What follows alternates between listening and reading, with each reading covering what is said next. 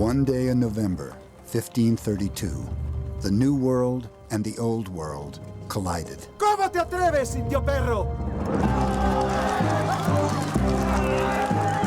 168 Spaniards attacked the imperial army of the Incas in the highlands of Peru. Before the day was out, they had massacred 7,000 people and taken control of the Inca Empire. Not a single Spanish life was lost in the process.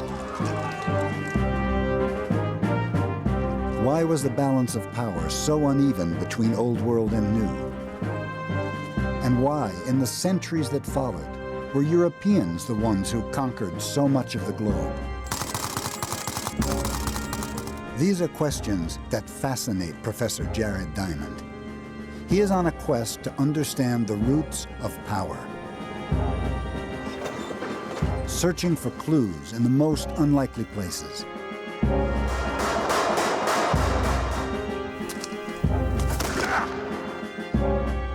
He's developed a highly original theory that what separates the winners from the losers is the land itself, geography. It was the shape of the continents, their crops and animals, that allowed some cultures to flourish, while others were left behind. But can this way of seeing the world shed light on the events of 1532?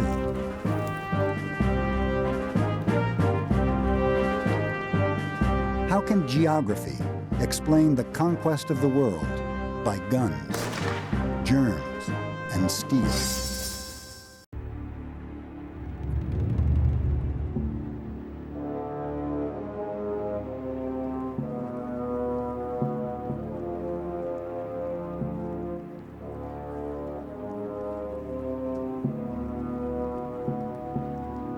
For 2 years, a band of Spanish conquistadors has been traveling in search of gold and glory.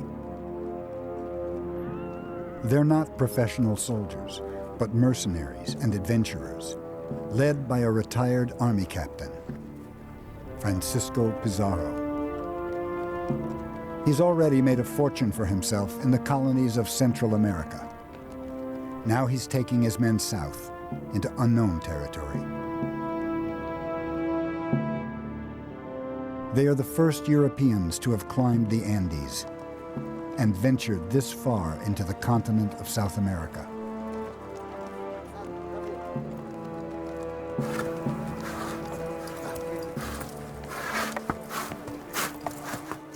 As they travel, they find evidence of a large native civilization. They've reached the edge of the mighty Inca Empire.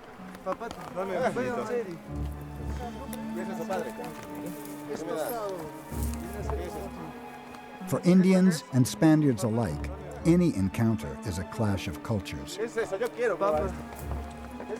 These Indians have never seen white men before and have no idea of the threat they represent. They can't imagine that within a few days, these strangers will turn their world upside down.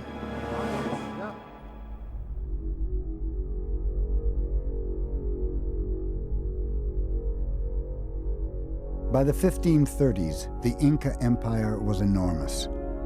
It stretched along the length of the Andes, from modern-day Ecuador to central Chile, a distance of 2,500 miles. But just 500 miles to the north began the colonies of Central America and the Caribbean, prized possessions of the Spanish Empire. At the time, the Spanish king controlled a third of mainland Europe, but Spain itself had only recently become a unified state, having fought off 700 years of occupation by Islamic Moors.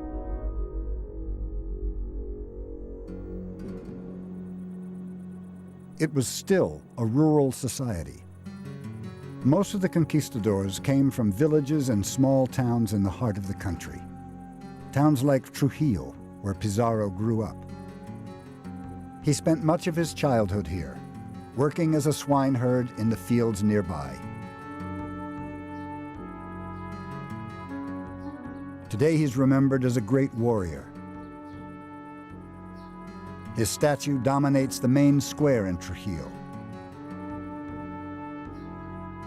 And his family home has been turned into a museum. By the 16th century, European farms were dominated by livestock animals that had come from the Fertile Crescent. None were native to Europe. They provided more than just meat. They were a source of milk and wool, leather and manure. And crucially, they provided muscle power.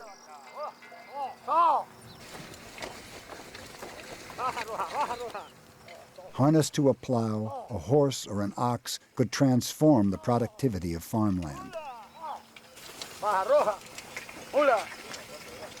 European farmers were able to grow more food to feed more people, who could then build bigger and more complex societies.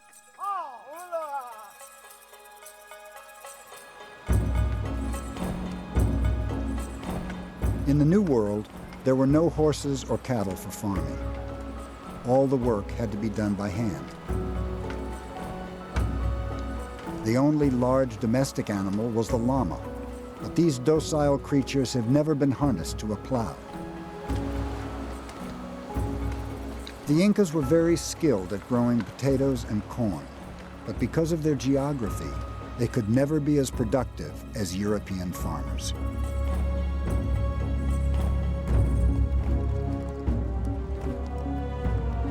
Horses gave Europeans another massive advantage. They could be ridden.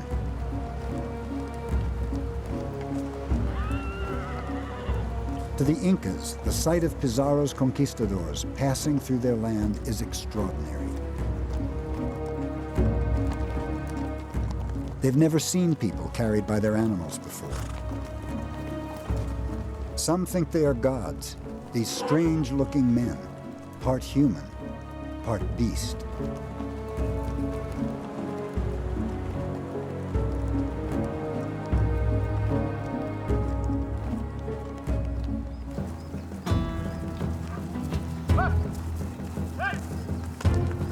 The horses that seemed so exotic to the Incas had already been used in Spain for 4,000 years. In an age before motorized transport, they allowed people to be mobile and control their land.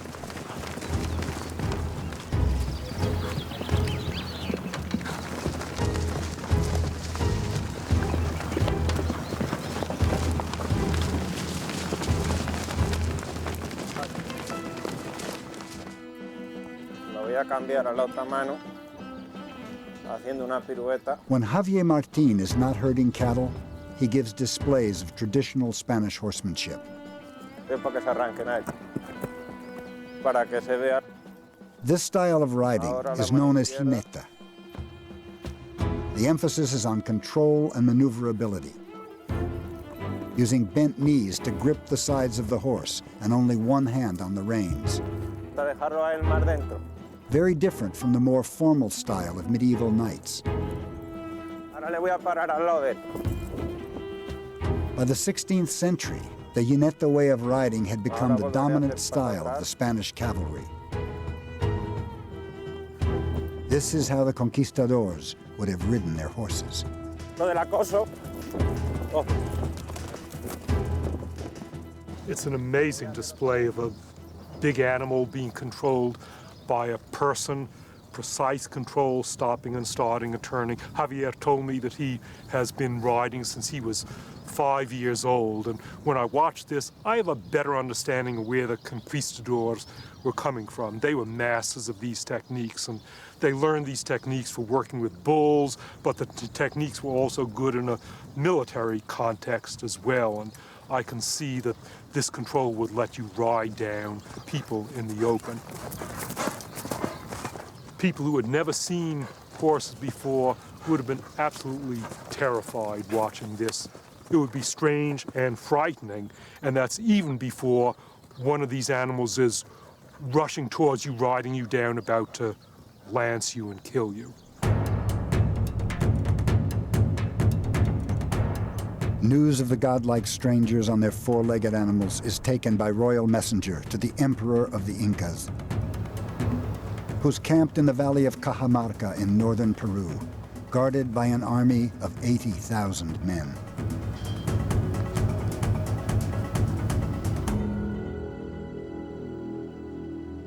Atahualpa is revered as a living god, a son of the sun itself.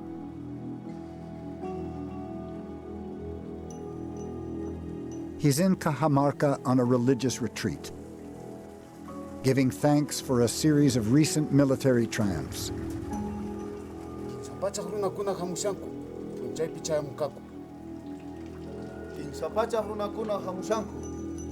When he hears about the progress of the Spaniards, he chooses not to have them killed. Instead, he sends back a message.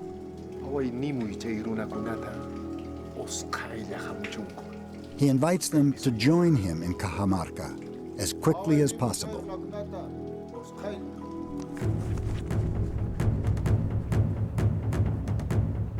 Atahualpa wanted the Spaniards to come to Cajamarca and enter into a trap. And to be sure that they would do so, he played like a psychological game with them, sending presents, asking them to come. Atahualpa knew that the Spaniards were not gods. The intelligence reports speak of people wearing wool on their faces, like a llama, like an alpaca, that is, like an animal. Then they went from one place to the other wearing on top of their heads a little pot that has never been used for cooking. You need to be crazy to walk with a pot. But you must be beyond salvation if you arrive to a camp and you don't use that pot to cook. Atahualpa had an idea that these were subhumans. What could a few horsemen and 100 and so Spaniards do to the powerful Inca? Virtually nothing. But Atahualpa's spies don't realize that the Spanish are armed with some of the best weapons in the world.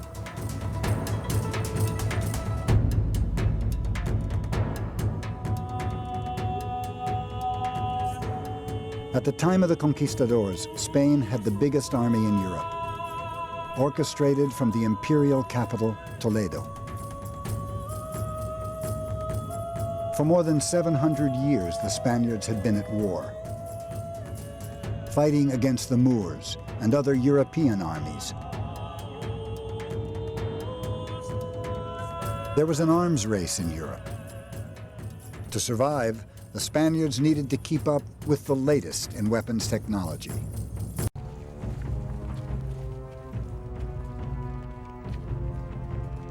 On November 15, 1532, Pizarro's band of adventurers enters the valley of Cajamarca.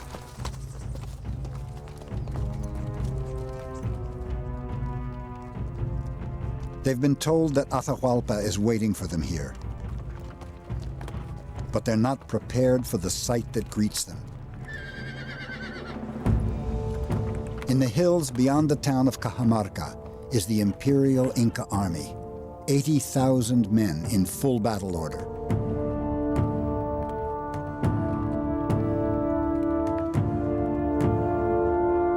The conquistadors' own journals bear witness to their first impressions.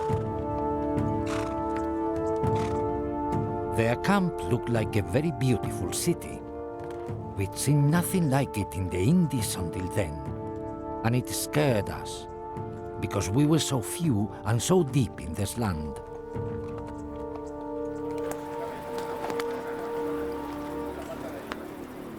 Pizarro sends a party of his best horsemen into the heart of the Inca camp. They are led by Captain de Soto.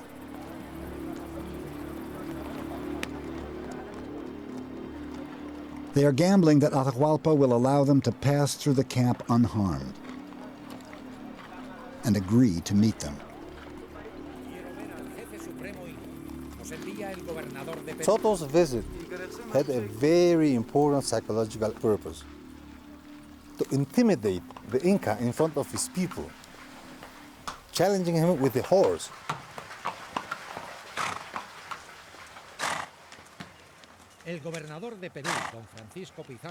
Atahualpa at first didn't react to Soto's presence, as if nobody had entered the room.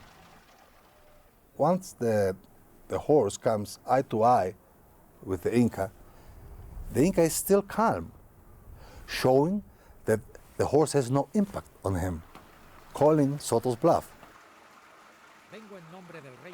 The captain advanced so close that the horse's nostrils disturbed the fringe on the Inca's forehead. But the Inca never moved.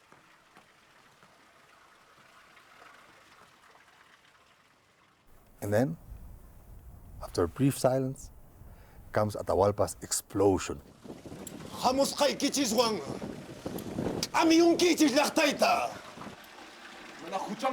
He was telling them, the time has come for you to pay. I understand this as the time has come for you to pay with your lives. Pakaring! Umalik ni kichiswan tupasak! Umalik ni kichiswan.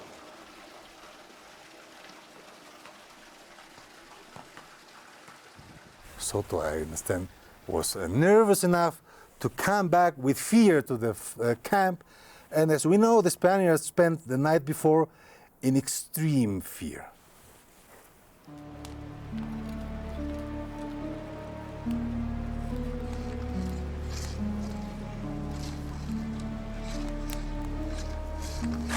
The conquistadors have made their camp in the town of Cajamarca. Many of them are now convinced they are facing oblivion. 168 soldiers, 1,000 miles from any other Spaniard, facing an army of 80,000 Incas. Few of us slept that night. We kept watch in the square, from where we could see the campfires of the Indian army. It was a fearful sight, like a brilliantly star-studded night.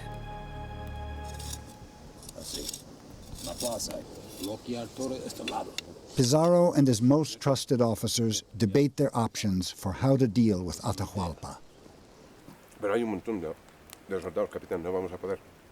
Some advise caution, but Pizarro insists their best chance is to launch a surprise attack the next day. It's a tactic that's worked successfully in the past.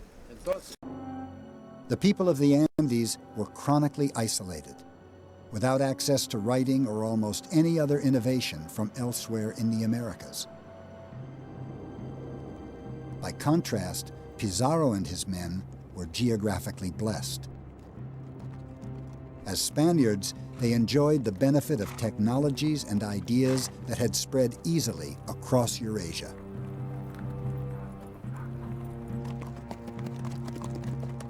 The events of 1532 were clearly influenced by deep causes, over which no individual Spaniard or Inca had any control. The shape of the continents, the distribution of plants and animals, the spread of Eurasian technology. These were facts of geography. And at almost every turn of the drama, geography was tilted in favor of Europeans.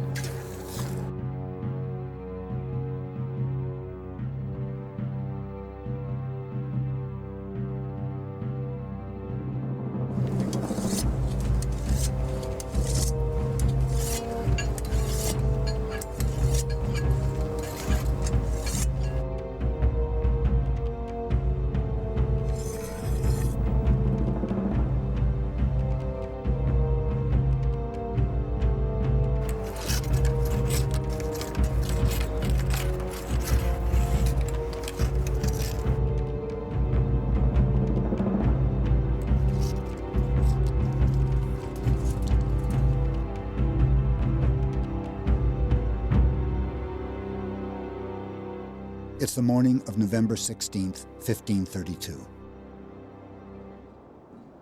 Atahualpa has agreed to meet the Spaniards in the town of Cajamarca and sends his entourage ahead of him. But he makes a fateful decision, that his soldiers should not carry weapons. The Indians were musicians and dancers. They were soldiers, but unarmed. Why would Atahualpa unarm his own soldiers? Why? Because he was in a festivity. He was celebrating. He wasn't going to war. He was going for a celebration so that the whole people could see how the alleged gods would run away in fear.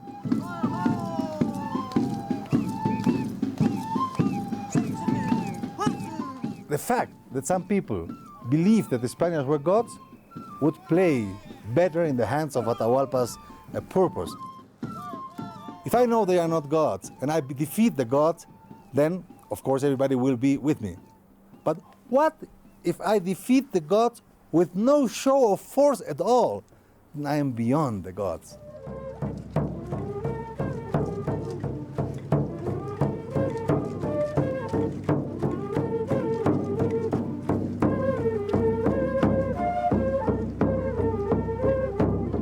While Atahualpa and his men enter Cajamarca, the Spaniards are waiting, hidden from view. The square is filled with Atahualpa's people, but there's not one Spaniard outside. Atahualpa asks, "Where are these dogs?" One of his right hands answers, "They have run away because they are afraid of the magnificent Inca." Of course, the whole crowd listened to this and believed that this was the case. Me presento ante vosotros en nombre de la cristiandad. Pizarro sends out his priest to confront Atahualpa. Para enseñaros el camino de la verdad. The conquistadors are obliged to try and convert native people before any resort to violence. Pinkanki sunkasapa. Mokakakani intechchuringmi. Mokankani intitaitachchuring. Manang imaparruanay kichugay peja. Mi poder procede de mi Señor. Sus palabras están escritas en este libro.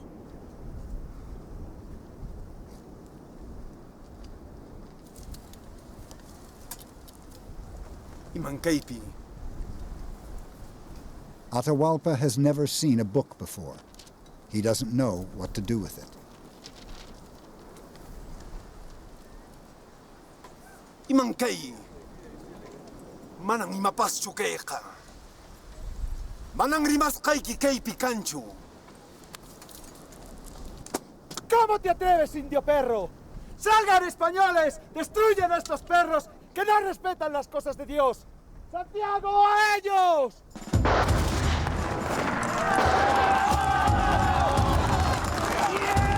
At that moment, with the crowd absolutely unprepared, the horses come. There was massive panic.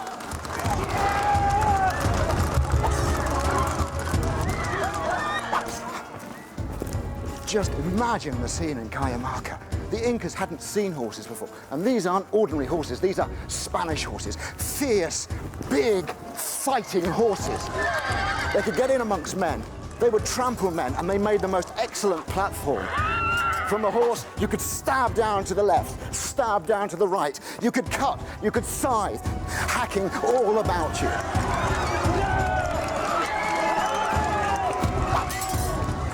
If only the Incas had known that what you had to do against cavalry was stand firm, then they'd have been all right. They had superior numbers, but they didn't know that. They fled, they broke ranks, and then the horsemen could get in amongst them, and they cut them down.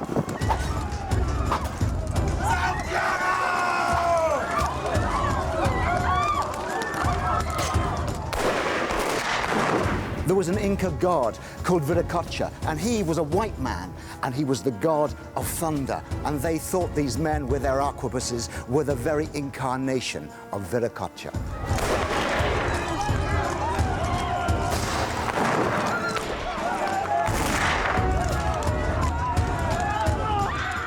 The Inca Theophorus was in his litter, helped by his carriers. As soon as they were able to do it, the Spaniards went after the litter, and they started killing the carriers. One carrier would fall, and another one would replace him.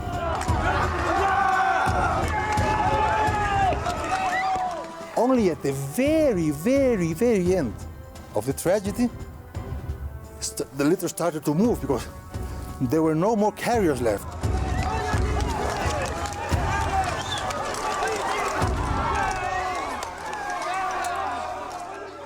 As the litter falls, Pizarro himself captures Atahualpa.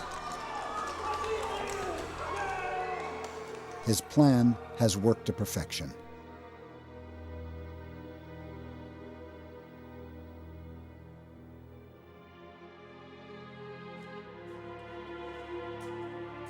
Atahualpa is taken to a makeshift prison in the royal quarters at Cajamarca. He thought we were going to kill him, but we told him no. Christians only kill in the heat of the battle.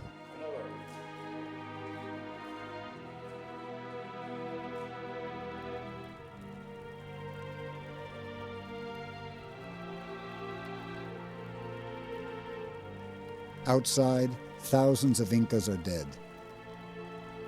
The rest of the army has retreated to the hills. In spite of a massive imbalance in numbers, Spanish horses, swords, and strategy have proved decisive. But the Spaniards possessed another weapon they didn't even know they had. A weapon of mass destruction that had marched invisibly ahead of them.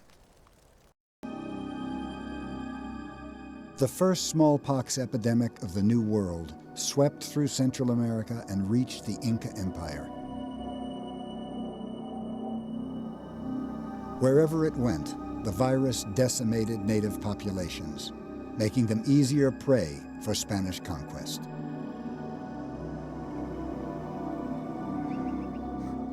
But why were the germs so one-sided? Why did the Spaniards pass their diseases on to the Incas and not the other way around? This is Pizarro's secret weapon. Pigs and cows, sheep and goats, domestic animals. Remember that Pizarro was a swineherd. He grew up in huts like this, in intimate contact with domestic animals, breathing in their germs, drinking the germs in their milk, and it was from the germs of domestic animals that the killer diseases of humans evolved. For example, our flu evolved from a disease of pigs transmitted via chickens and ducks. We acquired measles from cattle. We acquired smallpox from domestic animals, so that these worst killers of human people were a legacy of 10,000 years of contact with our beloved domestic animals.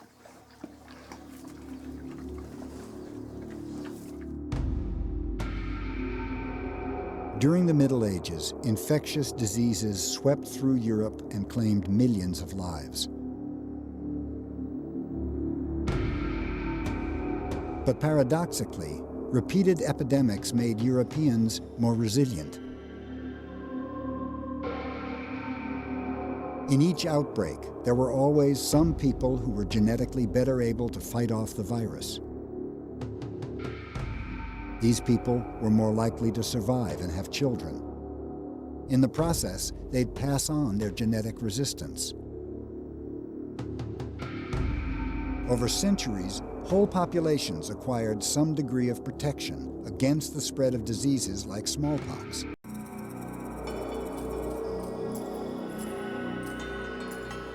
Why hadn't Native Americans encountered smallpox before? And why didn't they have any deadly diseases of their own to pass on to the Spaniards? It's simply because they didn't have the same history of contact with farm animals. The Incas had llamas, but llamas aren't like European cows and sheep. They're not milked, they're not kept in large herds, and they don't live in barns and huts alongside humans. there was no significant exchange of germs between llamas and people.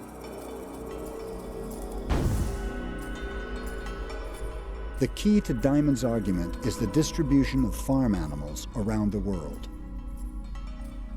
Aside from the llama, all the large farm animals were native to Eurasia and North Africa. None was ever domesticated in North America, Sub-Saharan Africa, or Australia. As a result, the worst epidemic diseases were also native to Eurasia and North Africa, and were then spread around the world with deadly effect.